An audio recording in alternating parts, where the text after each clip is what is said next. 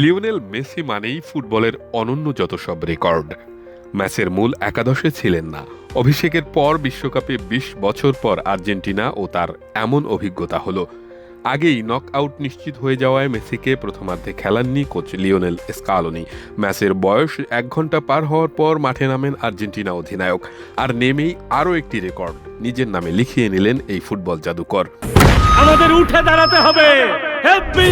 Speed সকল অন্যায়ের বিরুদ্ধে রুখে দাঁড়ানোর এনার্জি পার্টনার। চলতি বিশ্বকাপে হ্যাটট্রিক দিয়ে শুরু করা প্রথম ২ ম্যাচে ৫ গোল করেছেন মেসি। আর জর্ডানের বিপক্ষেও গোলের দেখা পেলেন তিনি। বক্সের বাইরে ফ্রি কিক থেকে লক্ষ্য ভেদ করেন মেসি। এই গোলে বিশ্বকাপে টানা ৭ গোলের রেকর্ড গড়লেন তিনি। এর আগে টানা ৬ ম্যাচে গোল করে ফ্রান্সের জাস্ট ফন্টেইন ও ব্রাজিলের জোয়ান জিনহোর সঙ্গে যৌথভাবে শীর্ষে ছিলেন মেসি। জর্ডানের বিপক্ষে গোল করে তাদের ছাড়িয়ে গেলেন আর্জেন্টিনার বিশ্বকাপ জয়ী অধিনায়ক।